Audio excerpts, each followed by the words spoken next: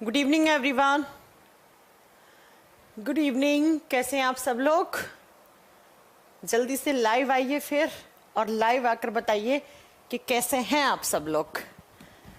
हाँ जी, good evening Rohit, अटल, रोहित राज, कुमार, अमित, सत्यम, रोहित, गौरव झा, पंकज राणा, अमित कुमार, साजिद खान, उसके बाद है मोहन कुमार, रविंद्र कुमार, अरुण कुमार, अमित कुमार, प्रकाश कुमार, सत्यम। अरे बाप रे, बहुत सारे बच्चे लाइव आ चुके हैं। आज तो बहुत तेज बारिश हो रही है। आपके यहाँ भी हो रही है क्या बारिश? हाँ, दिल्ली में तो इस साल इतनी बारिश हुई है कि हम लोग परेशान हो गए हैं अब इस बारिश से।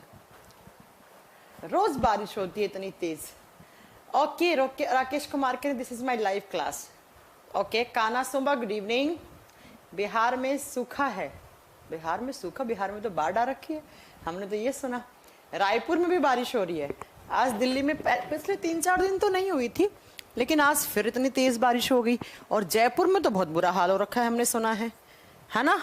चलो, बारिश की दुआ मांग रहे हैं। अच्छा, फिर अगर आप दुआ मांग रहे हैं बारिश होने के लिए, तो मैं यहाँ से भेज रही हूँ आपकी तरफ बहुत सारी बारिश। मजे करना। फिर हम लोग परेशान हो गए, हमारी क्लासेस डिस्टर्ब करती है बारिश। जब बारिश आती है ना, तो दिल्ली के मुखर्जी नगर वाले एरिया में इंटरनेट की बहुत प्रॉब्लम हो जाती है, तो मैं भेज देती हूँ यहाँ पर, है ना। अगर किसी के यहाँ सूखा है तो मैं आज बोलती हूँ भगवान को कि अच्छा, मैंने वैक्सीन लिया, आज वैक्सीन लगवाया आपने, आज कहते हैं बारिश हुई है। Rajesh Kumar good evening. Rishi Diwan good evening. उसके बाद हैं सत्यनजीत, गणपति कुमार, सबको गुड इवनिंग। मैम आप बहुत अच्छी लग रही हैं। अच्छा, अरे अच्छी लगने से याद आया, मैंने अपना 5 किलो वजन कम किया है, इसलिए अच्छी लग रही हूँ, है ना। आप लोगों का सुन के मैं परेशान हो गई थी, मैम आप मोटे हो गए, इसलिए बस मैंने डाइटिंग वाइटिंग स्टार्ट कर दी है। देख रहे हो, ये देखो, ये भी ली थी मैंने कुर्ती थोड़े दिन पहले, जो बहुत टाइट थी, लेकिन आप देखो कितनी ढीली कर ली मैंने इसे। चलो फिर क्लास स्टार्ट करते हैं आज की। शिवराज जी, नेट, अजमेर जी कह रहे हैं नेट नहीं चल रहा है। नहीं, मेरा नेट चल रहा है अभी तक, बहुत अच्छे से चल रहा है। मैम यहाँ वजन बढ़ नहीं रहा है, आपका वजन नहीं बढ़ रहा है। मैं 4-5 ट्रिक बताऊं वजन बढ़ाने की? हाँ मैम आप वेट लूज कर रही हो? बिल्कुल कर रही हूँ मैं। चलो फिर आज की क्लास स्टार्ट करते हैं। अगर किसी का वजन नहीं बढ़ रहा है तो मैं बिल्कुल बढ़ाने की मैं ट्रिक बता सकती हूँ, लेकिन वजन घटाने की ट्रिक बहुत गंदी होते हैं। चलिए फिर आज की क्लास स्टार्ट करते हैं। वही जल्दी से आइए जोश के साथ। और अब रेगुलर मैं क्लास लूंगी 3-4 दिन। फिजिक्स की थोड़ा सा होगी ना, फिजिक्स तो कल हुई थी ना। हाँ, कल मेरी होगी आज मेरी है, और परसों फिजिक्स लगवाएंगे आपके बैच में, ठीक है। मैम टाइम चेंज हो गया क्या? टाइम तो मैंने आप लोगों को गैप करने के लिए दे दिया, कभी 5 से 6, कभी 6 से 7 ऐसे क्लास लेंगे, कोई प्रॉब्लम नहीं है। चलो फिर आज स्टार्ट करते हैं। और मैम मैंने भी अपना 2 किलो कम किया, बहुत बढ़िया भैया। चलो स्टार्ट करते हैं। हम पढ़ रहे थे डाइजेस्टिव सिस्टम, और डाइजेस्टिव सिस्टम को यार खत्म करते हैं अगले 2-3 क्लास में जल्दी से, है ना। बहुत दिन हो गए हैं इस चैप्टर को। डाइजेस्टिव सिस्टम, पाचन तंत्र। और डाइजेस्टिव सिस्टम में हमने क्या क्या पढ़ लिया था? माउथ कंप्लीट हो गया था, सलाइवरी ग्लैंड भी कंप्लीट हो गई थी। हम पढ़ रहे थे ईसोफेगस के बारे में। पहला माउथ तो हमने कंप्लीट कर लिया था। 2 नंबर पर हमारा ऑर्गन चल रहा था फूड पाइप, जिसे हम क्या बोलते हैं? Oesophagus food pipe. और हिंदी में क्या बोलते हैं? भोजन नलिका या आहार नलिका, एक ही बात है। भोजन वाली नली जो भोजन को कहाँ ट्रांसफर करती है, याद है आपको? मैंने कहा था कि ऐसे आपके माउथ का जितना भी फूड होता है, क्या बन रहा है आज? किसका मुंह बन रहा है?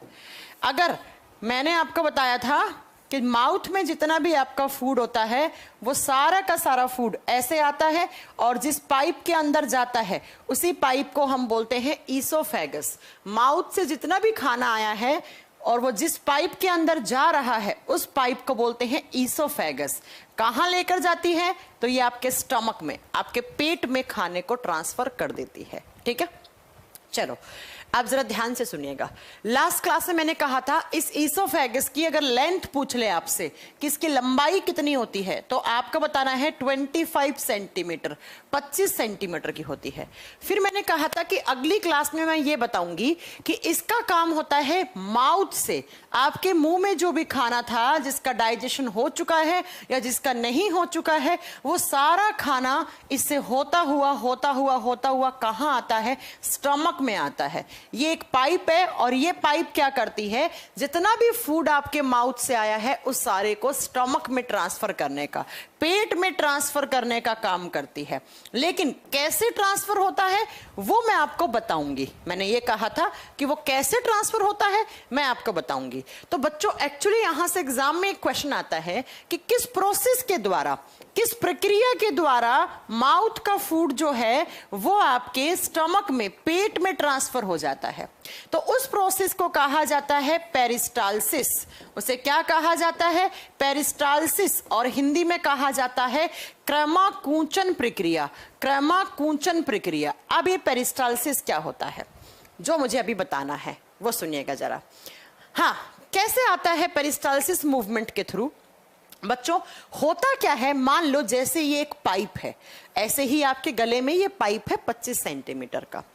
इसमें क्या होता है, यहां से थोड़ा सा, मतलब मान लो यहां खाना आया, इस पाइप के सबसे पहले वाले किनारे पे आया, तो इस पाइप के अंदर यहां पर लगी हुई होती है मसल्स। अंदर की तरफ, इस अंदर की तरफ जो लाइनिंग होती है ना इस फूड पाइप के अंदर, यहां होती है मसल्स की लाइनिंग, मांसपेशियां यहां लगी हुई होती हैं, आपकी मसल्स, मांसपेशियां लगी हुई होती हैं। और मांसपेशियों की एक प्रॉपर्टी होती है, इनकी क्या प्रॉपर्टी होती है, muscles contract relax, contract relax होती रहती हैं। एक बार मसल्स ऐसे अंदर की तरफ खिंचती हैं, फिर वापस ऐसे होती हैं, कॉन्ट्रैक्ट सिकुड़ती हैं और फिर रिलैक्स करती हैं, फिर कॉन्ट्रैक्ट होती हैं, फिर रिलैक्स होती हैं। तो जैसे ही खाना इस हिस्से पे आया तो यहां की मसल्स हैं वो ऐसे अंदर की तरफ ऐसे कॉन्ट्रैक्ट करेंगी, और जैसे ही कॉन्ट्रैक्ट करेंगी तो ये जो खाना है ये खिसक के यहां आ जाएगा। फिर ये मसल्स तो रिलैक्स करेंगी, यहां वाली कॉन्ट्रैक्ट करेंगी, यहां वाली सिकुड़ेंगी तो ये खाना और नीचे आएगा। फिर ये मसल्स रिलैक्स करेंगी, यहां की कॉन्ट्रैक्ट करेंगी तो ये खाना और नीचे आएगा। फिर ये मसल्स रिलैक्स करेंगी, ये कॉन्ट्रैक्ट करेंगी तो यहां आ जाएगा। इस तरीके से करते करते करते करते सारा खाना कहां आ जाएगा, आपके स्टमक में, आपके पेट में आ गया। तो इन मसल्स के कॉन्ट्रैक्शन और रिलैक्सेशन से, इनके सिकुड़न और स्थिलन से, एक बार सिकुड़ती है एक बार रिलैक्स करती हैं, तो सारा का सारा कहां खाना पहुंच जाता है, हमारे पेट में पहुंच जाता है। और इस प्रकार की जो प्रोसेस होती है इसे क्रमाकुंचन, इसे पेरिस्टालसिस कहा जाता है। तो एग्जाम में क्या क्वेश्चन बनेगा कि फूड पाइप के अंदर जो फूड होता है वो सारा का सारा किस प्रोसेस के थ्रू आपके पेट में पहुंचता है, तो आप क्या बताओगे, वो पेरिस्टालसिस के थ्रू, क्रमाकुंचन प्रक्रिया के द्वारा सारा का सारा खाना जो मुंह से आया है वो पेट में पहुंच जाता है।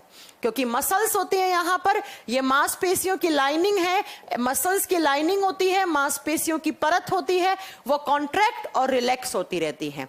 किस तरीके से मैं आपको बताऊं, आपने बचपन में एक एक्सपेरिमेंट किया होगा, एक पाइप लिया होगा, उस पाइप के अंदर एक छल्ला डाला होगा, एक अंगूठी डाली होगी, कुछ भी एक रिंग जैसी स्ट्रक्चर डाली होगी, तो उस पाइप को आपने पीछे से ऐसे कॉन्ट्रैक्ट किया होगा, आगे से ऐसे फूला होगा, वो छल्ला आगे आता है, फिर और आपने पीछे से उसको ऐसे कॉन्ट्रैक्ट करा, फिर उसको रिलैक्स करवाया, वो छल्ला आगे आगे, ऐसा करके आपने बचपन में खेल खेलते होंगे हम कि एक किनारे से एक छल्ला डाल के दूसरे किनारे से निकाल लेते थे। इसी तरीके से हमारे फूड पाइप में सारा का सारा जो खाना है वो पेट तक पहुंच जाता है। इस प्रोसेस को, इसे पेरिस्टालसिस, इसे क्रमाकुंचन कहा जाता है। नोट्स में गलती से वो प्रिंट होने में मिस्टेक हुई है, 5 सेंटीमीटर लिखा हुआ, 5 सेंटीमीटर नहीं, वो 25 सेंटीमीटर का लंबा एक पाइप होता है। कौन सा, जो आपका फूड पाइप है, भोजन नली है, उसकी लंबाई 25 सेंटीमीटर होती है, ये बात याद रखिएगा, है ना। बचपन में किया होगा ना ऐसा, एक पाइप के किनारे पे एक छल्ला डाल के आगे से पिंच करके फिर रिलैक्स करवा के ऐसे दूसरे किनारे पे आपने छल्ला डाला होगा। इसी प्रकार की प्रोसेस को पेरिस्टालसिस कहा जाता है। एक क्वेश्चन तो ये बनता है आपका एग्जाम में। दूसरा, आपने सुना होगा कि बड़े बुजुर्ग लोग क्या कहते हैं कि जब आप खाना खा रहे हैं तो उस समय आप बात ना करें, ना ही तो आप ज्यादा हंसे, ना जोर से बोलें, ना ज्यादा बात करना चाहिए, आराम से आपको खाने को चबा चबा के खाना चाहिए। अब क्यों कहते हैं बड़े बुजुर्ग लोग ऐसी बात? क्योंकि अगर आप खाना खाते समय ज्यादा जोर से बोल गए, ज्यादा जोर से हंस गए, तो जो खाना आपके फूड पाइप में जाना था वो खाना आपके विंड पाइप में चला जाता है। विंड पाइप मतलब जो हवा को हमारे फेफड़ों तक पहुंचाती है, और विंड पाइप का रास्ता ब्लॉक कर देते हैं, जिससे हमारे बॉडी में एयर नहीं आ पाती है, मतलब ऑक्सीजन नहीं आ पाता है, और आपको हार्ट अटैक आ जाता है उस समय, और आपका हार्ट काम करना बंद कर देता है, और आपको उस समय आपकी डेथ हो सकती है, ऐसा कहा जाता है। ऐसा क्यों? तो मैं इसका रीजन बताती हूं, ध्यान से सुनिएगा। देखो, आपके गले में दो पाइप होती हैं बच्चों, एक तो है आपकी फूड पाइप, एक होती है विंड पाइप।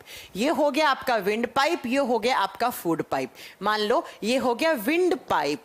विंड पाइप का नाम होता है वायु नलिका, या इसे साइंस में ट्रैकिया कहते हैं, वो आगे बताएंगे आपको। और इधर वाली को कहते हैं फूड पाइप, भोजन नलिका। एक भोजन वाली नली हो गई जो भोजन को लेकर जा रही है पेट तक, और जो विंड पाइप है ना, इसमें एयर आती है, ऐसे एयर बोले तो ऑक्सीजन, एयर के अंदर ऑक्सीजन आता है, और वो कहां लेकर जाती है? वो हमारे लंग्स, फेफड़ों तक लेकर जाती है एयर को। लेकिन अब क्या होता है, मैं आपको एक बात बताती हूं कि यहां से ऐसे फूड आ रहा था आपका फूड पाइप में, तो इस विंड पाइप के ऊपर एक ऐसे हल्की सी मेम्ब्रेन लगी हुई होती है, ऐसे मसल्स की एक पतली सी मेम्ब्रेन लगी हुई होती है। इसे कहा जाता है एपिग्लोटिस।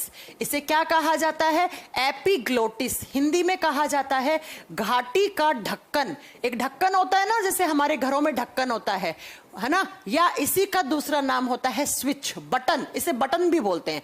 हमारे घरों में बटन होता है, आप ऑन ऑफ कर देते हो उससे। ऐसे ही एक पतली सी मसल्स की बनी हुई एक मेम्ब्रेन होती है, झिल्ली होती है, इसका नाम होता है एपिग्लोटिस, घाटी का ढक्कन। एक्चुअली ये ऐसे होता है फ्लैप, ये ऐसा कर रहा होता है सारा दिन, ऐसे ऐसे ऐसे खुलता है बंद होता है, खुलता है बंद होता है। लेकिन जब आप खाना खा रहे होते हैं ना, तो उस समय ये ज्यादा कवर कर लेता है विंड पाइप को, ताकि आपके खाने के मॉलिक्यूल इधर ना जाएं।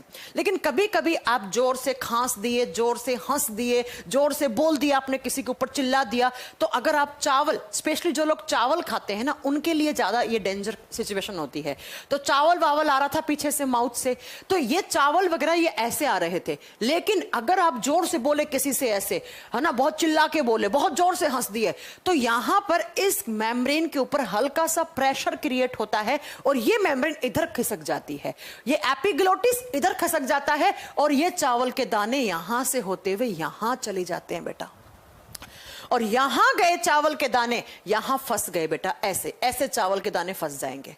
और यहां जैसे ही राइस के दाने जो हैं वो फंस गए, तो आपकी विंड पाइप ब्लॉक हो जाती है, बिल्कुल ब्लॉक। और जब ब्लॉक हो गई तो क्या नहीं आएगी इसमें? एयर नहीं आएगी। एयर का मतलब हवा, और हवा में क्या नहीं आएगा? ऑक्सीजन। और हमारे फेफड़ों तक क्या नहीं पहुंचेगा? ऑक्सीजन नहीं पहुंचेगा। और आपके बॉडी के अंदर सारा का सारा क्या हो जाता है? आप बताओगे, ऑक्सीजन की कमी हो जाती है, आपको हार्ट अटैक या आपके फेफड़े फेल हो जाते हैं, और इंसान की ऑन द स्पॉट डेथ हो जाती है। अगर उस समय कोई घर में आपको हॉस्पिटल वगैरह ले जाने वाला नहीं है, तो आपको हार्ट अटैक जैसी भी बीमारी हो सकती है उस समय, और आपकी डेथ हो सकती है।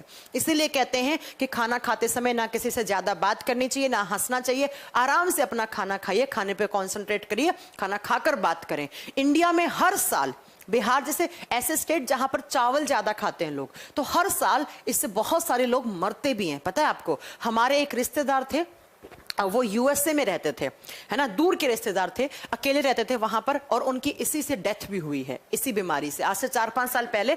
अब वो अकेले रहते थे वहां पर, कोई संभालने वाला था नहीं। वो किसी से फोन पे बात कर रहे थे अपने क्लाइंट वगैरह से, तो गुस्सा हो गए होंगे उस समय, तो बहुत जोर से बोल दिया, और राइस खा रहे थे, और उनका राइस विंड पाइप में फंस गया, और उनकी ऑन द स्पॉट वहीं पर डेथ हो गई थी।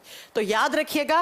वो देखो, डीके पटेल कह रहे हैं मैम मेरे रिलेशन में ऐसा हुआ है, मैंने भी कहा मेरे रिश्तेदारों में भी ऐसा हुआ है। ऐसा होता है बेटा, ठीक है? तो ऐसा अगर होता है किसी के साथ आपके घर में, तो आप क्या करो, जोर से उसको थोड़ा सा ऐसा ऐसे हेड डाउन करवाना, सर नीचे करना, और यहां पर ऐसे थप्पी मारना जोर जोर से। अगर ऐसा हो जाए, भगवान ना करे कभी ऐसा हो, लेकिन अगर कभी ऐसा होता है तो ऐसे जोर से थप्पियां मारना बहुत ज्यादा, और उसको बोलना लंबी लंबी सांसें ले, और उसे पानी पिलाना। तो हो सकता है वो बच भी जाए, लेकिन उस समय आपके पास कोई होना चाहिए इंसान, नहीं होगा तो फिर इंसान की डेथ भी हो जाती है। तो एग्जाम में क्वेश्चन क्या आता है कि एपिग्लोटिस क्या होता है। तो एपिग्लोटिस एक कैप होता है, एक ढक्कन होता है, जो कि जब आप खाना खाते हो तो आपकी विंड पाइप को प्रॉपर तरीके से कवर कर लेता है, ताकि उसके अंदर कोई भी अनाज का दाना ना जाए, क्योंकि अनाज का दाना गया तो आपका विंड पाइप, आपकी वायु नलिका ब्लॉक हो सकती है और आपकी वहां पर ऑन द स्पॉट आपकी डेथ, आपकी मृत्यु भी हो सकती है। तो इसे एपिग्लोटिस कहा जाता है, घाटी का ढक्कन कहा जाता है। तो एग्जाम में एक क्वेश्चन इससे बनता है। क्या क्वेश्चन बनता है कि वो कौन सा एक कैप है जो कि खाना खाते समय हमारी विंड पाइप को पूरा कवर कर लेता है। एक्चुअली ये ऐसे करता रहता है कैप, ऐसे ऐसे, ताकि एयर आए ना। अगर पूरा बंद हो जाएगा तो एयर कैसे आ पाएगी, तो इस तरीके से ऐसा करता है। लेकिन जब आप खाना खा रहे हो तो कुछ ऐसा सा हो जाता है, ऐसा सा हो जाता है। तो इतनी जगह तो अभी भी है ना, तो यहां से खाने के दाने यहां पर आ जाते हैं। तो इस चीज को याद रखना। दो ही क्वेश्चन बनते हैं यहां से, एक तो विंड पाइप की लेंथ, फूड पाइप की लेंथ पूछ सकता है, दूसरा किस प्रोसेस के थ्रू खाना पेट में पहुंचता है, और तीसरा आप बताओगे बेटा कि एपिग्लोटिस से क्वेश्चन बन सकता है। इससे ज्यादा कोई क्वेश्चन फूड पाइप से नहीं बनता है। तो आपका एपिग्लोटिस इधर रह गया, और यहां से अगर आप सही खाना खा रहे हैं तो इस हिस्से से होता हुआ खाना आपके पेट तक पहुंच जाता है। तो अब सारा का सारा खाना कहां आ चुका है आपका, ऐसे होता हुआ आपके स्टमक में आ चुका है, आपके पेट में आ चुका है। तो पहला ऑर्गन माउथ था, माउथ के बाद दूसरा आपने ईसोफेगस पढ़ा। और आपको एक बात बता दूं, ईसोफेगस में कोई भी फूड का डाइजेशन नहीं होता है। तो एग्जाम में अगर क्वेश्चन पूछ ले कि डाइजेस्टिव सिस्टम के उस ऑर्गन का नाम बताओ जिसमें बिल्कुल भी डाइजेशन नहीं होता, बेटा ईसोफेगस का एक ही काम है, इस खाने को नीचे की तरफ ट्रांसफर करना पेट में। बाकी यहां पर डाइजेशन वगैरह कुछ नहीं होता है, क्योंकि यहां पर कोई एंजाइम ही नहीं बनते हैं, और बिना एंजाइम के तो कभी भी डाइजेशन नहीं हो सकता। इसलिए सारा खाना आपके पेट में आ गया। अब पेट में क्या होता है, तो बच्चों जैसे ही आपने खाना खाया और वो पेट में पहुंचा, अप्रोक्स 1.5 से 2 घंटे खाना एज इट इज पड़ा रहता है आपके पेट के अंदर। 1.5 से 2 घंटे आपका खाना एज इट इज पड़ा रहता है। और उसके बाद क्या होता है स्टमक में, तो लिखेंगे उसके बाद स्टमक में क्या क्या चीजें होती हैं वो आपको जाननी है।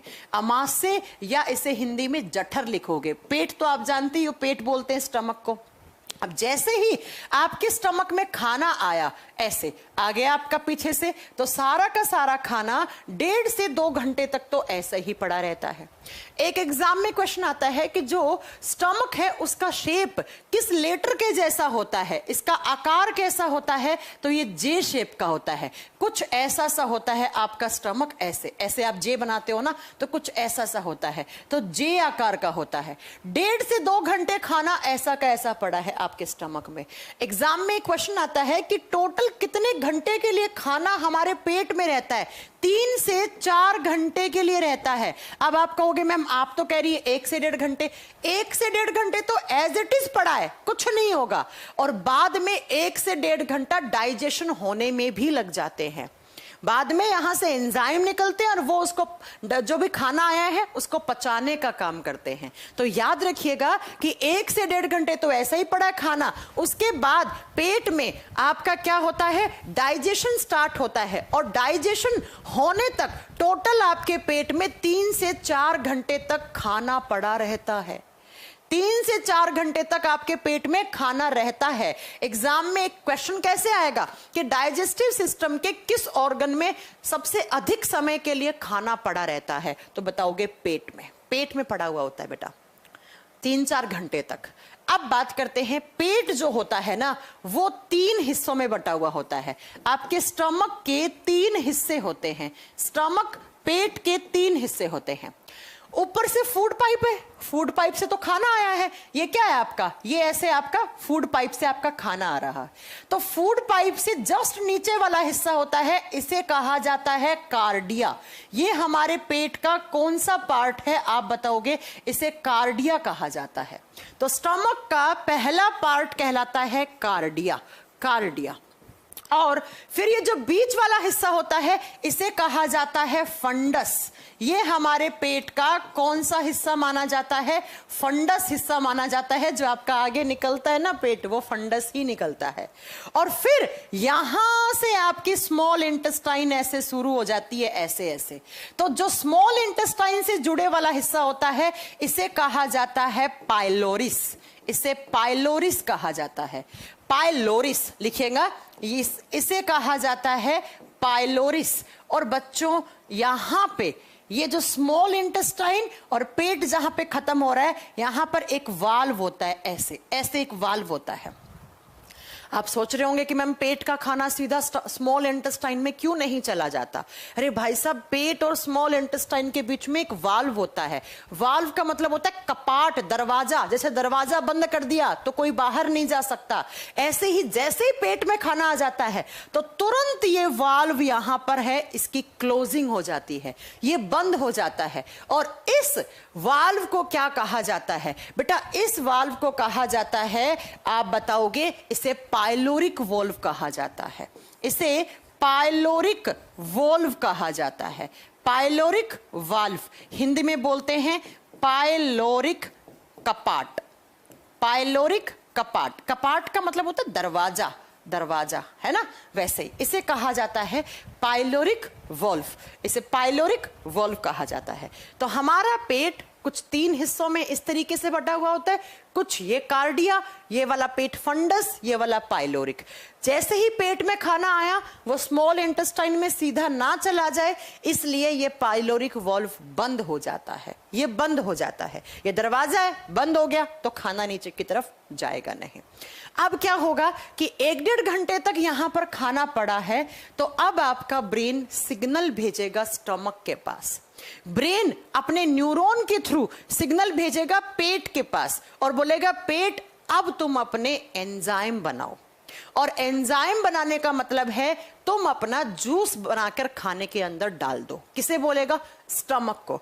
तो पेट में अंदर की तरफ यहां पर कुछ होती है लाइनिंग। लाइनिंग का मतलब होता है परत, ऐसे परत होती हैं।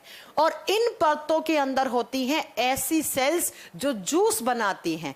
कौन सा जूस? तो आप बताओगे स्टमक के अंदर बनता है गैस्ट्रिक जूस। यहां पर जो लाइनिंग होती है, इन लाइनिंग के अंदर जो ग्लैंड्स होती हैं, इन्हें गैस्ट्रिक ग्लैंड्स कहा जाता है। गैस्ट्रिक ग्लैंड्स, जठर ग्रंथियां। तो बच्चों एग्जाम में क्या क्वेश्चन आता है? एग्जाम में क्वेश्चन आता है कि हमारे पेट के किस हिस्से में गैस्ट्रिक ग्लैंड प्रेजेंट होते हैं। विपुल कुमार कह रहे हैं कि मैम पाइलोरिक वॉल्व का काम क्या होता है? बेटा अगर ये वॉल्व नहीं होगा तो पेट में खाना ठहरेगा ही नहीं, सीधा स्मॉल इंटेस्टाइन में, छोटी आंत में चला जाएगा। और मैं एक बात बताऊं आपको, जब आप खाने के साथ खाना, जैसे आप कुछ लोगों की आदत होती है खाना खाते समय पानी पीते हैं, खाना खाते ही तुरंत पानी पीते हैं, तो क्या होगा कि उस ये जो है ना, ये पाइलोरिक वॉल्व, इसके अंदर से अगर बहुत ज्यादा पानी वानी अगर आप पी लेते हो खाना खाते ही, तो ये पाइलोरिक वॉल्व डैमेज भी हो सकता है आपका, ये खराब भी होने लग जाता है एक साथ खाना खाने और पानी के साथ। और एक खाना खाने के साथ या खाना खाने के बाद पानी इसलिए नहीं पीना चाहिए क्योंकि एंजाइम का सिक्रेशन कम हो जाता है, जिससे आपके डाइजेस्टिव सिस्टम में कुछ बीमारियां भी पनप जाती हैं। ठीक है, तो पाइलोरिक वॉल्व का काम होता है बेटा, अगर ये वॉल्व नहीं होगा तो ये खाना नीचे की तरफ स्मॉल इंटेस्टाइन में चला जाएगा, सीधा का सीधा, पेट में रुकेगा ही नहीं, और पेट में रुकेगा नहीं तो पेट में डाइजेशन भी नहीं होगा। तो याद रखिएगा कि हमारे पेट में अंदर की तरफ ऐसे लाइनिंग होती है, एक परत होती है जिसके अंदर ऐसी सेल्स होती हैं जो जूस बनाती हैं। उन सारी की सारी लाइनिंग के अंदर जो ग्लैंड्स होती हैं उन्हें गैस्ट्रिक ग्लैंड्स कहते हैं। तो एग्जाम में क्या क्वेश्चन आता है कि गैस्ट्रिक ग्लैंड्स कहां होती हैं, तो आप क्या बता दोगे? गैस्ट्रिक ग्लैंड्स कहां होती है? गैस कहां होता है आपको गैस पेट में ही तो होता है, सिर में थोड़ी होता है ना। तो गैस्ट्रिक ग्लैंड्स कहां होती हैं? पेट में होती हैं, जठर ग्रंथियां। और ये जठर ग्रंथियां क्या करती हैं, जैसे ही इन्हें ब्रेन सिग्नल देता है 1-1.5 घंटे के बाद, तो ये लगातार बनाती हैं गैस्ट्रिक जूस। ये क्या बनाती हैं? गैस्ट्रिक जूस बनाती हैं। इसे हिंदी में कहा जाता है जठर रस। तो एग्जाम में या तो पूछेगा कि जठर रस कहां बनता है या जठर ग्रंथियां कहां होती हैं। तो इस तरीके से आपको, मैम खाना खाते समय पानी नहीं पीने पर कुछ भी तो आने लगती है, कुछ क्या आने लग जाती हैं, कुछ क्या बोल रहे हैं आप नीरज, मुझे समझ में नहीं आया।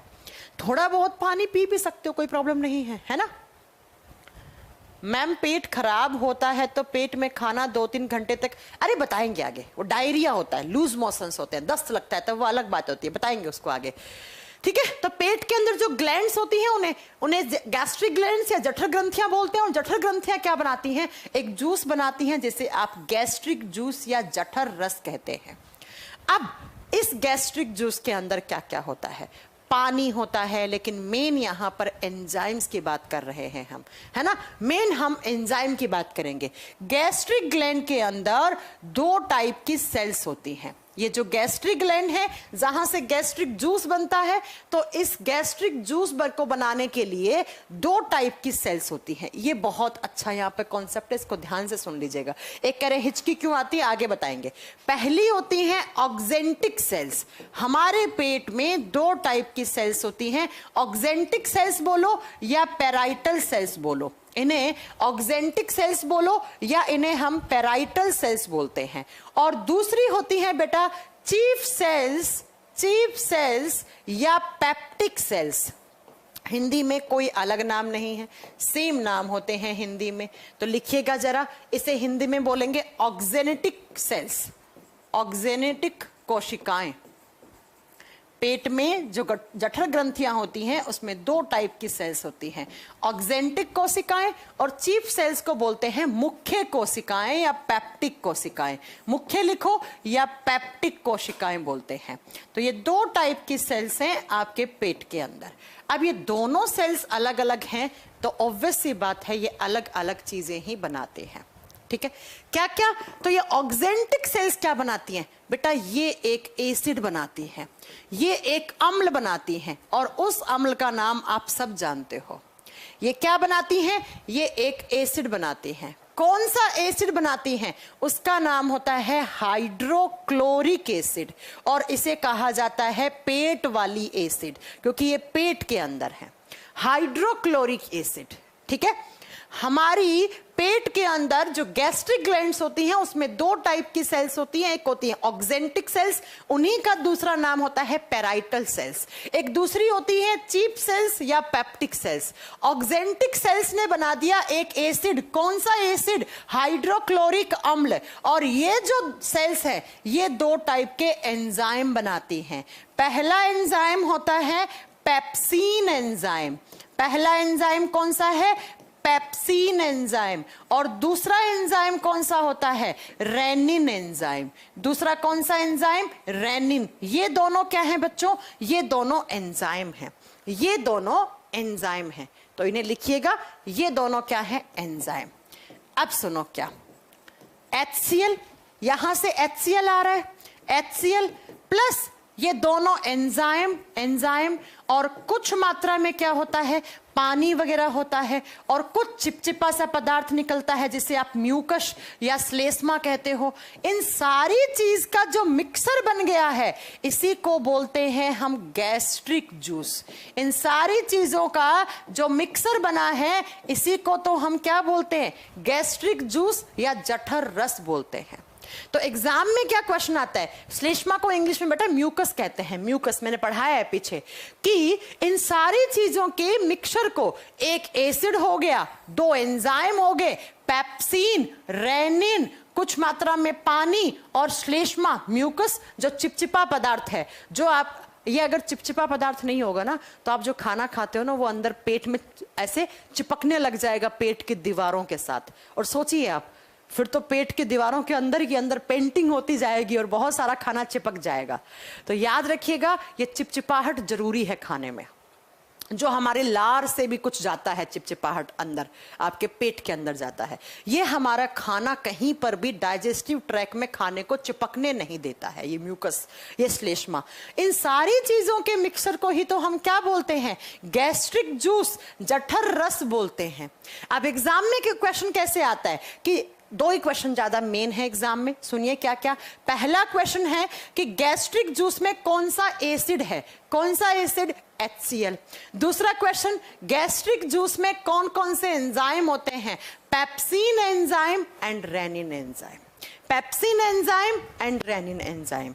तो इस बात को यहां तक याद रखिए। अब हमें इस HCl के बारे में पढ़ना है, क्या करता है ये एसिड हमारे पेट में, फिर ये दो एंजाइम क्या काम करते हैं, पेप्सिन और रेनिन। ये गैस्ट्रिक जूस बनाया, पेट ने बनाया, बनाकर जो खाना आया पीछे से उसके अंदर डाल दिया गैस्ट्रिक जूस। अब ये खाना हो गया इस जूस के साथ मिक्स। कौन से जूस के साथ, गैस्ट्रिक जूस के साथ मिक्स। और उस खाने के अंदर आप जानते हैं कार्बोहाइड्रेट्स हैं, प्रोटीन्स हैं, लिपिड्स हैं, सब कुछ है। तो सबसे पहले ये HCl क्या करेगा, ये HCl उस खाने में ऐसे ढूंढेगा कि भैया बाहर से कोई बैक्टीरिया वगैरह तो नहीं आया है, बाहर से खाने के अंदर कोई जर्म्स तो नहीं आ गए हैं, कोई कीटाणु तो नहीं आ गए हैं। खाना खाने से पहले आप हैंड वॉश नहीं करोगे तो आपके हाथों में कीटाणु विटाणु लगे हुए होते हैं, और वही कीटाणु आपके खाने से होते हुए आपके पेट तक पहुंच जाते हैं। तो ये एसिड सबसे पहले तो ढूंढेगा, किसे ढूंढेगा कि भैया अगर बाहर से कोई जर्म्स आए हैं, कोई जर्म्स आए हैं या कोई माइक्रोब्स आए हैं, जैसे कोई बैक्टीरिया वगैरह, आपने कोई कीटाणु कोई जीवाणु खाया है खाने के साथ, उसे मारेगा। कीटाणु जीवाणु को मारेगा, क्या करेगा, उसे मार देगा। सबसे पहला काम तो इसका काम क्या होता है, टू किल जर्म्स या टू किल बैक्टीरियाज या टू किल माइक्रो ऑर्गेनिजम्स। अगर आपने कोई खाने के साथ खाया है तो पहला काम इसका ये हो गया। दूसरा काम इसी एसिड की वजह से होती है आपको एसिडिटी। एसिडिटी का मतलब होता है अम्लता। अम्लता, एसिड, आप जानते हैं बेटा, आपने इतना केमिस्ट्री में शायद पढ़ा होगा, नहीं पढ़ा होगा तो बस ध्यान से सुन लीजिए। एसिड की पीएच वैल्यू 7 से कम होती है ना। आपके पेट के अंदर एक एसिड है HCl, हाइड्रोक्लोरिक एसिड। अगर ये सही मात्रा में बन रहा है तब तो भैया मतलब जितना इंसान के अंदर बनना चाहिए उतना बन रहा है, तब तो ठीक है कि चलो ठीक है, आपका भी पेट ठीक है, मेरा भी पेट ठीक है, सबका पेट ठीक है। लेकिन मान लो आप अपने दोस्त की शादी में गए, वहां अच्छा अच्छा खाना बना हुआ है, बहुत बढ़िया बढ़िया पकवान बना हुआ है, और आपका कंट्रोल नहीं हुआ, आपने बहुत सारा खाना खा लिया, आपकी ओवर ईटिंग हो गई। या आप क्या करते हो, बाजार का खाना ज्यादा खाते हो जो स्पाइसी ज्यादा होता है, या आप ये पिज्जा बर्गर बहुत ज्यादा खाते हो। मैदा समझते हो ना, मैदे से बनी हुई चीजें होती हैं, इनसे बहुत जल्दी गैस हो जाता है। तो क्या होता है कि जब कभी भी आप बहुत ज्यादा खाना खा लेते हो, बहुत स्पाइसी बहुत मसालेदार खाना खा लेते हो, या आप क्या करते हो, मैदे वगैरह की मैगी हो गया, चाउमीन हो गया, बर्गर पिज्जा, ये सब हैवी चीजें होती हैं, अगर इनको आपने ज्यादा मात्रा में खा लिया है तो जितना ज्यादा खाओगे उतना ज्यादा आपको ये HCl सिक्रीट होगा आपके बॉडी में। जितना ज्यादा ये चीजें खा लोगे आप, उतना ज्यादा क्या होगा, आपके पेट में ये एसिड थोड़ा सा ज्यादा बनने लग जाएगा। और जितना ज्यादा एसिड होगा आपके पेट का पीएच वैल्यू कम होता जाएगा, क्योंकि एसिड ज्यादा होने पर मतलब एसिडिक मीडियम ज्यादा होने पर पीएच वैल्यू कम होता है, और जितना कम पीएच वैल्यू होगा आपके पेट में जलन पैदा होगी। क्योंकि आप जानते हैं एसिड की एक प्रॉपर्टी होती है, दे कैन बर्न, उनको जलाने की, वो बर्न जला देते हैं, वो क्या करते हैं, जलाने का काम करते हैं। पढ़ा होगा आपने, 5वीं क्लास में पढ़ा होगा कि acid can burn the place, वो किसी भी स्थान को जला देते हैं।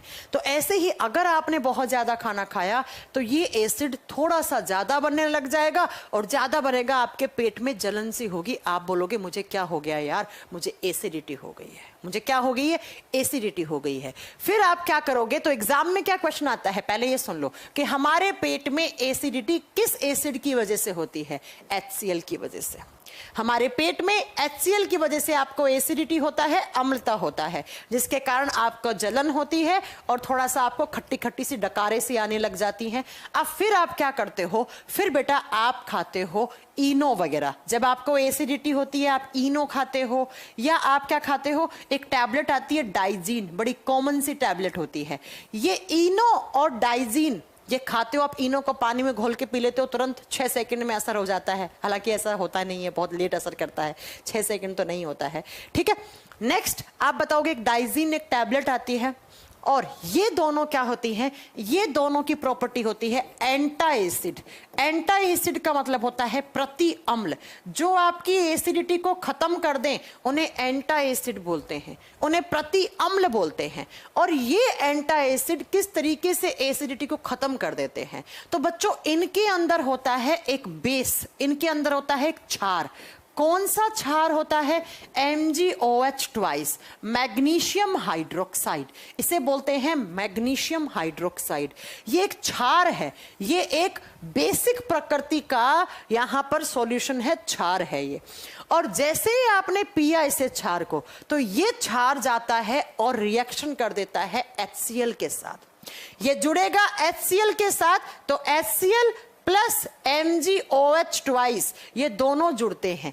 ये एक एसिड है, अम्ल है, और ये एक बेस है, एक क्षार है। और आप स्कूल से पढ़ते आ रहे हैं कि जब एक एसिड एक बेस के साथ मिलता है तो वहां पर उदासीनीकरण अभिक्रिया हो जाती है, न्यूट्रलाइजेशन रिएक्शन हो जाती है, और वहां पर बनता है सॉल्ट और पानी। तो यहां से क्या होगा, एक पानी का मॉलिक्यूल निकल जाएगा और ये Mg जो है वो इस Cl के साथ रिएक्ट करके MgCl2 बना देता है। और MgCl2 एक सॉल्ट है, नमक है, और ये पानी बन गया। तो अब देखो आपके पेट में एसिड था, इसी एसिड की वजह से आपको एसिडिटी हो रही थी, लेकिन आपने इनो पिया, डाइजीन खाया, तो आपने बेस लिया, मैग्नीशियम हाइड्रोक्साइड लिया, और ये बेस है, क्षार है। तो इस क्षार ने इस एसिड के प्रभाव को कम कर दिया, क्योंकि यहां सोल्ट बन गया। और जैसे ही ये नमक और पानी बनेगा, आपकी एसिडिटी ठीक हो जाएगी, आपकी पेट में जो जलन है वो जलन ठीक हो जाएगी। इसीलिए इन्हें एंटा एसिड बोलते हैं, इन्हें प्रति अम्ल बोलते हैं। जो एसिडिटी को खत्म करे वो एंटा एसिड कहलाते हैं। तो इस तरीके से आपको इनो और डाइजीन खाने से आपको आराम मिल जाता है एसिडिटी से। ठीक है, तो एग्जाम का क्वेश्चन कि हमारे पेट में बैक्टीरिया और जर्म्स को मारने का काम कौन करता है? एक एसिड, कौन सा? Hydrochloric acid. दूसरा, क्लास सही चल रही है ना? एक बच्चा कह रहा है ब्लैक हो गया है स्क्रीन, क्या हो गया? क्लास सही चल रही है? एक बच्चा कह रहा है कि स्क्रीन ब्लैक हो गई है।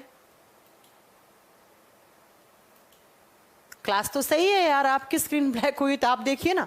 चलो ठीक है, तो इस तरीके से आपका डकार क्यों आती है बताएंगे, रुको तो सही यार। ठीक है, तो इस तरीके से आपका एसिडिटी ठीक हो जाता है। तो किस एसिड के कारण आपको एसिडिटी होती है? HCl। बेटा दो काम तो इसके ये हो गए, दो काम तो ये हो गए, लेकिन इसके अलावा जो तीसरा काम है, भगवान ने हमें क्यों दिया ये HCl? तीसरा काम क्या है? अब आप बताओगे बेटा तीसरा काम क्या होता है? तो तीसरा काम होता है यहां पर इस HCl का जो मेन काम है वो ये है, it activates enzyme. It activates enzyme, ये एंजाइम को एक्टिवेट करता है बेटा।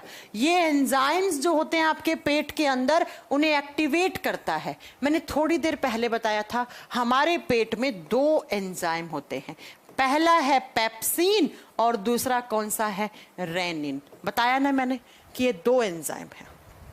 ठीक है, पिंकी का कहना है, आप ही लोग आंसर कर देना पिंकी जी के क्वेश्चन का। पिंकी जी का कहना है कि मैम हम सॉल्ट भी तो खा सकते हैं, एसिडिटी होती है तब।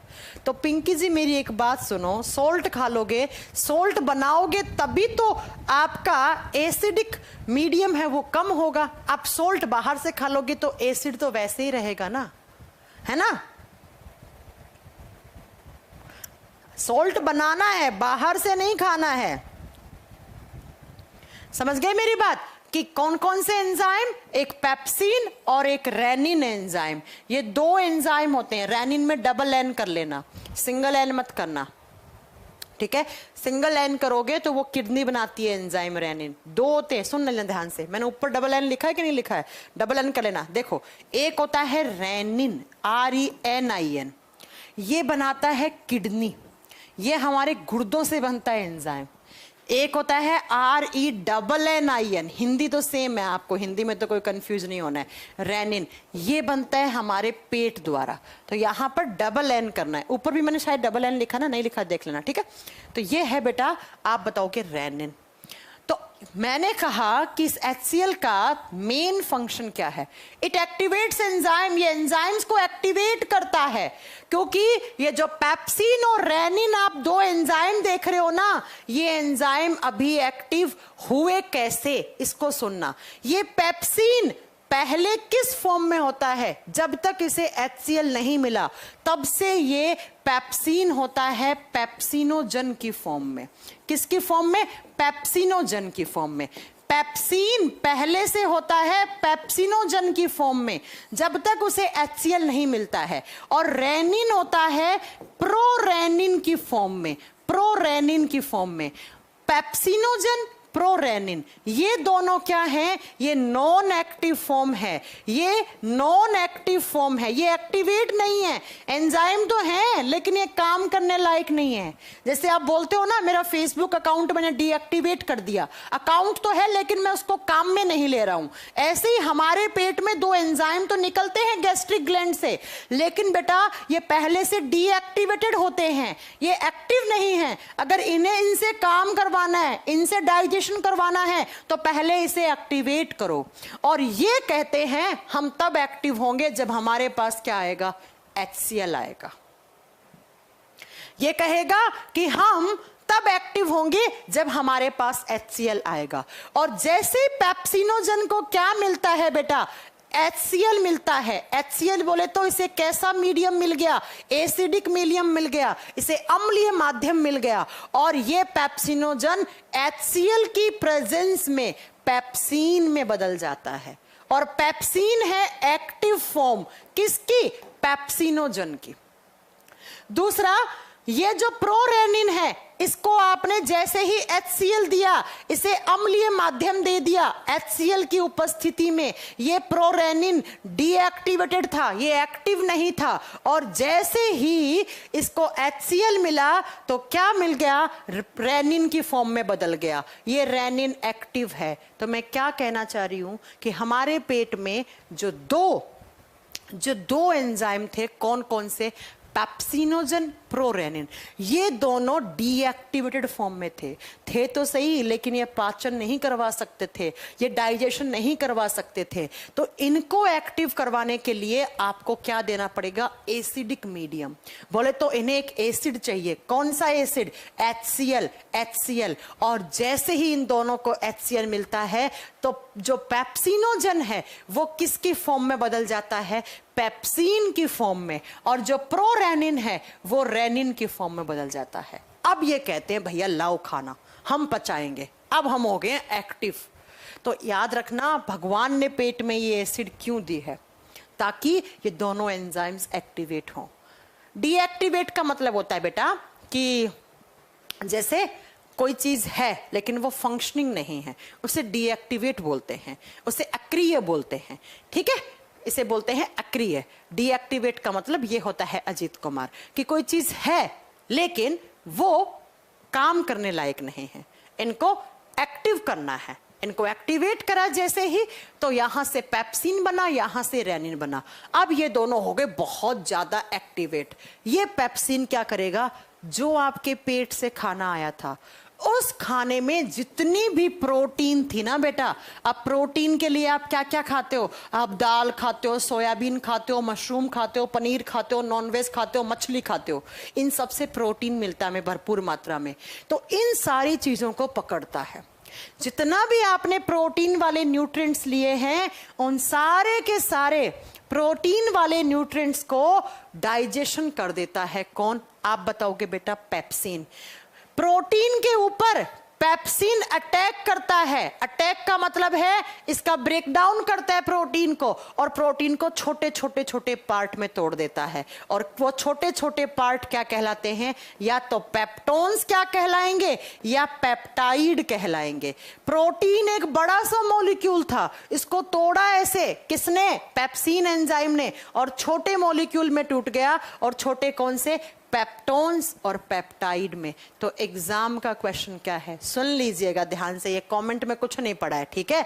एग्जाम में क्या क्वेश्चन आता है, एग्जाम में पहला क्वेश्चन, प्रोटीन का डाइजेशन सबसे पहले किस अंग में हुआ? क्या पढ़ रहे हो? स्टमक। क्या इससे पहले कहीं प्रोटीन का डाइजेशन हुआ है? नहीं। प्रोटीन का डाइजेशन किसने किया? पेप्सिन एंजाइम ने सबसे पहले किया। किसमें बदल दिया? पेप्टोन्स या पेप्टाइड्स ने बदल दिया। लेकिन याद रखना कि ये प्रोटीन का कंप्लीट डाइजेशन नहीं है, अभी कंप्लीट नहीं है, ये पार्शियल डाइजेशन है, ये आंशिक तौर पर है। तो मैम पूरा कहां होगा? पूरा होगा छोटी आंत में आगे। ये आंशिक तौर पे पाचन हुआ है, पूरा नहीं हुआ है बच्चों, इस बात को याद रखिएगा। बस प्रोटीन का डाइजेशन स्टार्ट हो गया ये मान लो। जैसे कार्बोहाइड्रेट का आधा अधूरा हुआ था कहां? माउथ में, वैसे प्रोटीन का आधा अधूरा हमारे पेट में हो जाता है। और बीपीएससी का एग्जाम का क्वेश्चन है, कितना आसान क्वेश्चन है ना। दूसरा आप बताओगे अगला क्वेश्चन क्या आता है। अगला क्वेश्चन नेक्स्ट आता है कि जितनी भी आपने दूध पी है, आप कुछ लोग होते हैं जो दूध पीते हैं, कुछ नहीं पीते हैं दूध, बच्चे सर्वाधिक मात्रा में पीते हैं दूध, है ना। तो दूध के अंदर होती है एक प्रोटीन बच्चों। कौन सी प्रोटीन होती है दूध में? दूध में होती है केसीन प्रोटीन। कौन सी प्रोटीन? Casein protein. तो ये भी तो प्रोटीन है, इसका भी तो डाइजेशन करवाना पड़ेगा। तो एग्जाम में क्वेश्चन आता है कि दूध के अंदर कौन सी प्रोटीन पाई जाती है? तो आप क्या बताओगे? दूध के अंदर होती है केसीन प्रोटीन। इस प्रोटीन के ऊपर ध्यान से सुनना, पहले रेनिन एंजाइम अटैक करता है। पहले रेनिन एंजाइम इस केसीन को पैरा केसीन में बदल देता है। किसके अंदर? पैरा केसीन के अंदर। फिर इस पैरा केसीन पर अटैक करता है कौन? ये सेम एंजाइम पेप्सिन। फिर इस पैरा केसीन पर पेप्सिन अटैक करता है और पैरा केसीन को बदल देता है किसमें? पेप्टोन्स में या पेप्टाइड्स में। पेप्टोन्स या पेप्टाइड्स में बदल दिया। तो ये देखो ना, आपने चाहे आपने प्रोटीन के लिए चाहे कुछ भी खाया हो या दूध भी पिया हो, उस सारे के सारे प्रोटीन को पेप्टोन या पेप्टाइड की फॉर्म में बदल देता है कौन सा enzyme? Pepsin enzyme. Pepsin enzyme. तो एक बार फिर से सुन लीजिए, मैं एक बार वापस रिपीट कर देती हूं सारी चीजें। किसी को भी कोई डाउट है तो बिल्कुल नहीं होगा वो डाउट। अब जरा ध्यान से सुन लेना। क्या? माउथ का सारा खाना आपके पेट में आया, बस स्टोरी की तरह सुनना, बोर्ड पे क्या लिखा हुआ सब भूल जाओ। पेट में आया, 1-1.5 घंटे खाना एज इट इज पड़ा रहा। फिर ब्रेन ने कहा ओए पेट, अपना गैस्ट्रिक जूस बना। पेट ने कहा ठीक है भाई, मैं अपना गैस्ट्रिक जूस बनाता हूं। गैस्ट्रिक जूस किससे बनता है? गैस्ट्रिक ग्लैंड से बनता है, जठर ग्रंथियों से बनता है। अब जठर ग्रंथियां क्या करती हैं? 2 टाइप की सेल्स होती है उनके अंदर, 2 टाइप की कोशिकाएं होती हैं। एक होती है ऑक्जेंटिक, वहां से HCl बना देती हैं। दूसरी तरफ होती है चीप सेल्स, वहां से आपका 2 एंजाइम बनाती हैं। कौन कौन से? पेप्सिन और रेनिन, 2 एंजाइम बनते हैं, ठीक है। फिर वो दोनों एंजाइम, HCl, पानी, म्यूकस, इन सब के मिक्सचर को हम गैस्ट्रिक जूस बोलते हैं। ये गैस्ट्रिक जूस आपके खाने के अंदर मिक्स हो गया। अब खाने के अंदर होती है प्रोटीन। तो क्या होता है? सबसे पहले तो ये एसिड क्या करता है? एसिड देखता है भाई प्रोटीन आई है, प्रोटीन का डाइजेशन करवाना है। अब डाइजेशन कौन करता है? एंजाइम। तो HCl देखेगा एंजाइम तो हमारे सो रहे हैं, बिल्कुल वो तो काम करने लायक ही नहीं है। तो क्या होगा कि पहले HCl दोनों एंजाइम को जगाएगा, दोनों को एक्टिवेट करेगा। किस किस को? पेप्सिनोजन, प्रोरेनिन को। और HCl पेप्सिनोजन को पेप्सिन में बदल देगा, प्रोरेनिन को रेनिन में बदल देगा। और जैसे ही आपका पेप्सिन बना, एक्टिवेट होके आया, पेप्सिन प्रोटीन को चुन चुन के पचाएगा, जो भी आपने खाना खाया है उस प्रोटीन को पेप्टोन और पेप्टाइड की फॉर्म में बदल देता है। प्रोटीन एक बड़ा सा मॉलिक्यूल होता है, पेप्टोन और पेप्टाइड ऐसे छोटे मॉलिक्यूल हैं। लेकिन मैंने साफ साफ लिख रखा है यहां पर पार्शियल डाइजेशन होता है, कंप्लीट नहीं होता है, ठीक है। कंप्लीट डाइजेशन नहीं होता है। कंप्लीट तो तब होगा जब प्रोटीन अमीनो अम्ल में बदल जाएगा, वो बदलता है छोटी आंत में। वो बदलता है छोटी आंत में। तो प्रोटीन को पेप्टोन और पेप्टाइड्स की फॉर्म में कन्वर्ट कर दिया।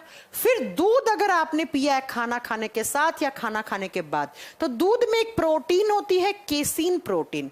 इस केसीन प्रोटीन को रेनिन एंजाइम पैराकेसिन में बदलता है, ताकि इस पैराकेसिन के ऊपर पेप्सिन अटैक करे और इसका डाइजेशन कर दे, किसमें? पेप्टोन और पेप्टाइड्स में। तो इस तरीके से हमारे पेट के अंदर प्रोटीन का डाइजेशन शुरू हो जाता है, लेकिन कंप्लीट नहीं होता है। सिर्फ हमारे पेट में प्रोटीन का डाइजेशन होता है। इससे पहले खाना आया था किससे? माउथ से। उसमें किसका डाइजेशन हो रखा था? कुछ कार्बोहाइड्रेट का उसमें डाइजेशन हो रखा था, है ना। तो इससे पहले कुछ कार्बोहाइड्रेट का डाइजेशन हो रखा था। कहां पर हुआ था? माउथ में। फिर कुछ प्रोटीन का डाइजेशन हो गया। भाई देखो, मैं लिख देती हूं इस चीज को कि माउथ से कुछ कार्बोहाइड्रेट आई थी, कुछ शर्कराएं आई थी जिसका डाइजेशन हो रखा था। कार्बोहाइड्रेट्स, कुछ शर्कराएं आई थी जिनका हो रखा था, लेकिन कुछ नहीं भी हो रखा था। अब पेट में क्या हो गया? स्टमक में कुछ प्रोटीन का तो हो गया, कुछ प्रोटीन का तो हो गया, लेकिन कुछ प्रोटीन बच गया। लेकिन याद करो, फैट का तो अभी तक बिल्कुल भी नहीं हुआ। फैट का डाइजेशन तो हुआ ही नहीं। इसका माउथ में हुआ, प्रोटीन का पेट में हो गया, लेकिन फैट का तो बिल्कुल नहीं हुआ। जो आपने वसा खाई है, तेल, घी, बटर, मक्खन, छाछ, दही, ये सब खाया है, तो इनका तो डाइजेशन हुआ ही नहीं है फैट का। तो हमारे पेट में एक मिक्सचर बन गया, कुछ डाइजेस्टेड और कुछ अनडाइजेस्टेड, कुछ पचित भोजन और कुछ अपचित भोजन। इन सबके मिक्सचर को पेट में डाइजेशन के बाद, प्रोटीन जब थोड़ी बहुत डाइजेस्टेड हो जाती हैं, उसके बाद जो मिक्सचर बना है उस फूड को काइम कहा जाता है। इसे कोई चाइम नहीं बोलेगा, काइम। जैसे माउथ वाले को क्या नाम दिया था? बोलस नाम दिया था ना। अब ये बता दो आप मुझे कमेंट करके कि बोलस में डाइजेशन किसका हुआ था, क्या डाइजेस्टेड था, और काइम में क्या डाइजेस्टेड है? बस ये बता दो मुझे, जल्दी कमेंट करके बताओ ये चीज। हाँ जी, कमेंट बॉक्स में बताओ। कुंदन कुमार सिंह, आप बहुत फालतू के कमेंट टाइप करते हैं, क्यों इतना बोलते हैं आप?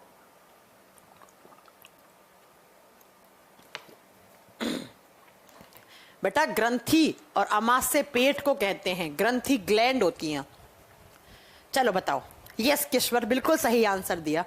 अरे भैया, माउथ में फूड था वो बोलस था, और माउथ वाली में सिर्फ किसका डाइजेशन हुआ था? शर्कराओं का। और किसका नहीं हुआ था? प्रोटीन और वसा का। जबकि काइम में कुछ तो पीछे से आई शर्करा और कुछ प्रोटीन का डाइजेशन हो गया। ये कुछ हुआ है, पार्शियल हुआ है, पूरा नहीं हुआ है, लेकिन फैट का तो बिल्कुल भी नहीं हुआ। फैट का बिल्कुल भी नहीं हुआ।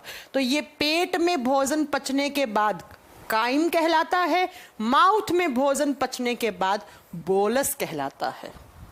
बोलस कहलाता है। बात समझ में आ गई आपको मेरी? सबने सही आंसर दिया है, ठीक है। अब बच्चे, आपने देखा होगा छोटा बच्चा क्या पीता है? दूध पीता है, खाना कम खाता है। तो बच्चे में दूध को पचाने के लिए कौन सा एंजाइम चाहिए? रेनिन। तो एक क्वेश्चन आता है, बच्चों में सर्वाधिक मात्रा में कौन सा एंजाइम बनता है? तो आप बताओगे बच्चों में सर्वाधिक मात्रा में कौन सा एंजाइम बनता है? रेनिन एंजाइम ज्यादा बनता है। बच्चों के अंदर सबसे ज्यादा कौन सा एंजाइम बनता है? RENN लगाना, ठीक है, सिंगल एन नहीं होगा बेटा, रेनिन। पिंकी डबल एन लगाओ।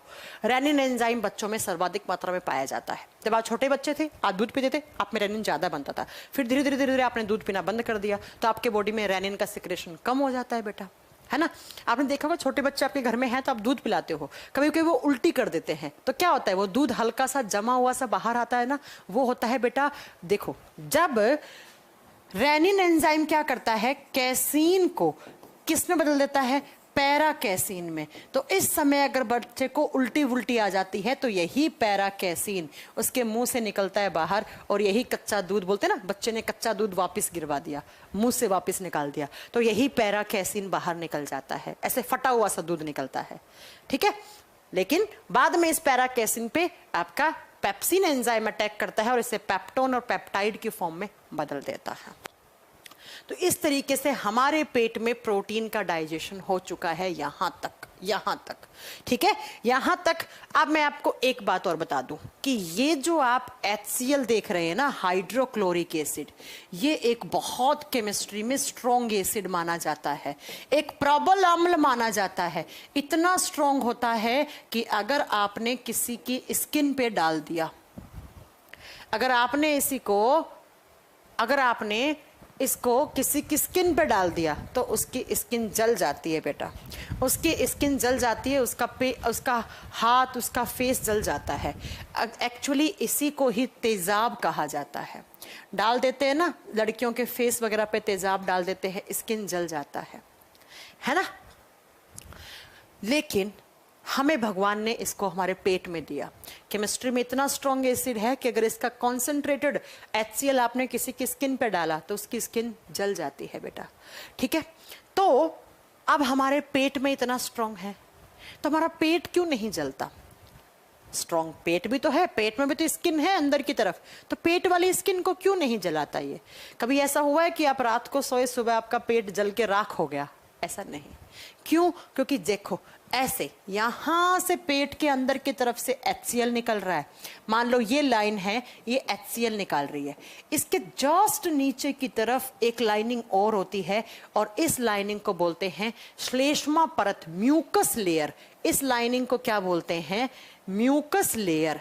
इसे म्यूकस लेयर कहा जाता है, श्लेष्मा परत कहा जाता है।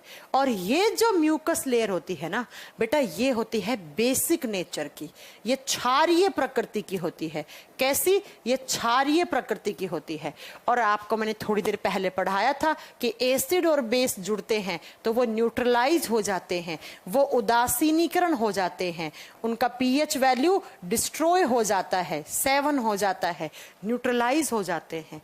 इससे हमारा पेट को जलने से बचाती है ये म्यूकस लेयर। ये म्यूकस लेयर क्या करती है? हमारे पेट को जलने से बचाती है। तो अगर आपसे कभी एग्जाम में क्वेश्चन पूछ लिया, अगर एग्जाम में कभी क्वेश्चन पूछ लिया कि कौन सी लेयर है जो हमारे पेट को एसिड के प्रभाव से बचाती है, तो उस लेयर को क्या बोलते हैं बेटा? म्यूकस लेयर, श्लेष्मा परत। अगर ये नहीं होती तो आपका पेट जल गया होता कभी भी। नेक्स्ट, अगर आपसे पूछ ले कि हमारा स्टमक का pH वैल्यू कितना होता है, स्टमक का pH वैल्यू कितना है, तो स्टमक में HCl है। HCl एक स्ट्रॉन्ग एसिड होता है, तो हमारे स्टमक का pH वैल्यू अप्रोक्स, जैसे माउथ का सलाइवा का बताया था मैंने, सलाइवा का कितना था? अप्रोक्स 6.5 से 6.8। ऐसे ही हमारे पेट में एसिड है, स्ट्रॉन्ग एसिड है, तो पेट का जो pH वैल्यू होता है वो होता है 1.5 से लेकर 2.5, 1.5 से लेकर 2.5। लेकिन अगर इस pH वैल्यू से कम हो जाएगा तो आपको एसिडिटी होने लग जाती है। कम हुआ इसका मतलब ये बताओ क्या ज्यादा निकला? एसिड। और एसिड ज्यादा निकलेगा तो पेट में जलन होगी, उसी जलन को तो आप क्या बोलते हैं? एसिडिटी बोलते हैं, है ना।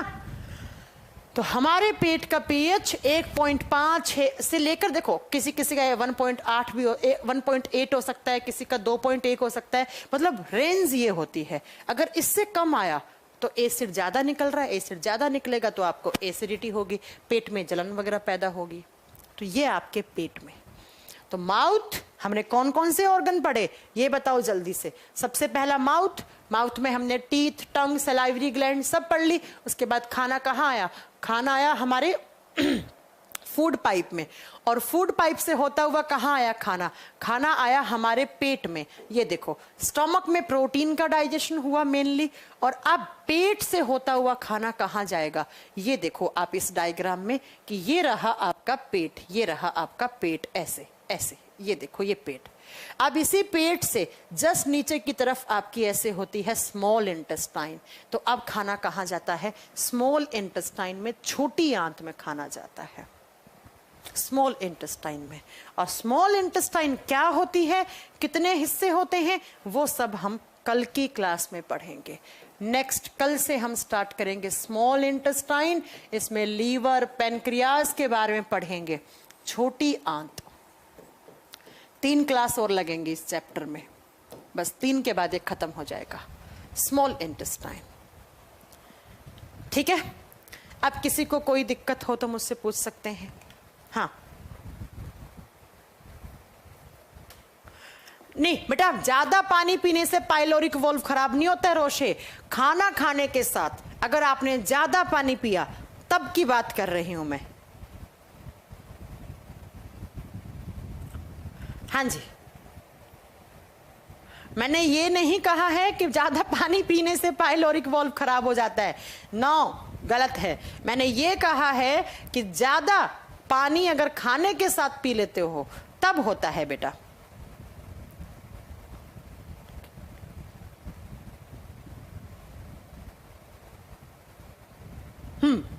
चलो फिर स्टडी लिखें। आज 5 स्टडी लिखाई जाए। चलो लिखिएगा स्टडी। आप याद दिलवा दिए आज जूही जी, थैंक यू जूही। सबसे पहला लिखोगे स्टडी ऑफ डिजीज, पैथोलॉजी। पहली स्टडी लिखोगे पैथोलॉजी। पैथोलॉजी जल्दी से लिखेंगे।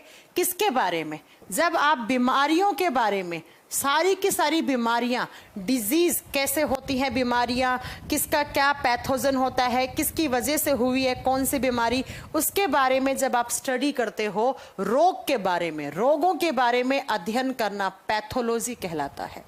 किसके बारे में? रोगों के बारे में अध्ययन करना पैथोलॉजी कहलाता है। नेक्स्ट आप लिखोगे अगली लिखो आप टेक्सोनोमी। टेक्सोनोमी जो याद आ रही है वो लिखवा दे रही हूं।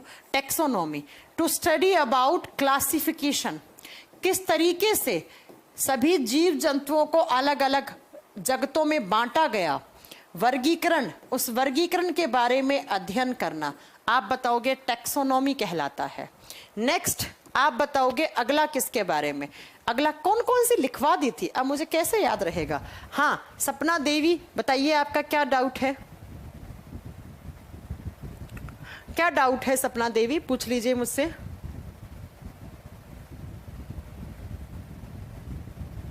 अब मुझे याद कैसे रहेगा कि मैंने आपको कौन कौन सी करवा दी थी? ये तो प्रॉब्लम हो गई, मुझे भी साथ साथ में नोट डाउन करनी पड़ेंगी कि मैंने ये आपको लिखवा दी हैं, है ना।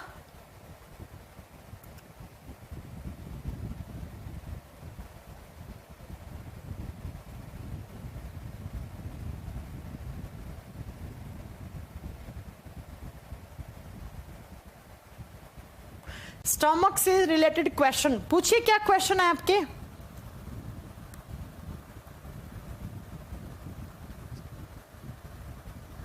ये बताओ कि फ्रूट्स की स्टडी लिखवा दी थी मैंने? हाँ, फ्रूट्स की स्टडी लिखवा दी थी। फ्रूट के बारे में, फलों के बारे में अध्ययन करना। फलों की, आंट्स की लिखवाई थी। चींटियों के बारे में अध्ययन करना। चींटी की तो नहीं लिखवाई थी मैंने, चींटी के बारे में, चींटियों के बारे में, आंट्स के बारे में स्टडी करना। मिर्मेकोलॉजी, मिर्मेकोलॉजी आंट्स की। एक और अगर फ्रूट्स की नहीं लिखवाई है तो प्लीज इसे नोट डाउन करना। फलों के बारे में अध्ययन करना पोमोलॉजी कहलाता है। अब मैं ना रोज इसकी फोटो ले लिया करूंगी जिससे मुझे याद रह जाए कि मैंने कौन कौन सी लिखवाई थी, कौन सी नहीं लिखवाई थी। मैं फोटो ले लेती हूँ, है ना। नेक्स्ट एक और लिखो, study of eggs of birds, पक्षियों के जो अंडे होते हैं। Study of eggs of birds, पक्षियों के अंडों के बारे में अध्ययन करना। Ology, ology. ये पांच हो गई। चलो ये 5 याद करो और मैं इसकी फोटो ले लेती हूँ ताकि मुझे याद रह जाए, नहीं तो मेरे साथ है। अच्छा, एक बच्चे ने लिख के भेज दिया कि मैम इतनी सारी हो चुकी हैं, तो मैं इसकी फोटो ले लेती हूँ। ये लीजिए, तो मुझे याद रह जाएंगी अब अगली बार से, नहीं तो बहुत परेशान हो जाऊंगी मैं से। ये लो, अब मैं हर क्लास में ये कर। बेटा MgCl2 भी एक सॉल्ट होता है, NaCl भी एक सॉल्ट होता है। सॉल्ट कोई NaCl ही थोड़ी होता है पिंकी पांडे। पिंकी जी, सिर्फ NaCl ही सॉल्ट थोड़ी होता है, बहुत सारे सॉल्ट होते हैं। केमिस्ट्री में पढ़ाऊंगी आपको। मोर सॉल्ट, ग्लोबर सॉल्ट, और इसके अलावा और कौन सा होता है, ब्लैक सॉल्ट होता है, रॉक सॉल्ट होता है, बहुत सारे सॉल्ट होते हैं। बेटा क्रांति कुमार, जठर ग्रंथि और अमाशय ग्रंथियां एक होती हैं। अमाशय का मतलब होता है पेट, स्टमक, और जठर ग्रंथियों का मतलब होता है जो पेट के अंदर ग्रंथियां हैं। ठीक है, तो मैंने ये 5 नोट करवा दिए और एक बच्चे ने लिख कर भेज दिए कि मैम ये करवा दी, तो ये मैं आपको नोट डाउन कर लेती हूँ। अगली क्लास में भैया मैं इनके अलावा करवाऊंगी, ठीक है।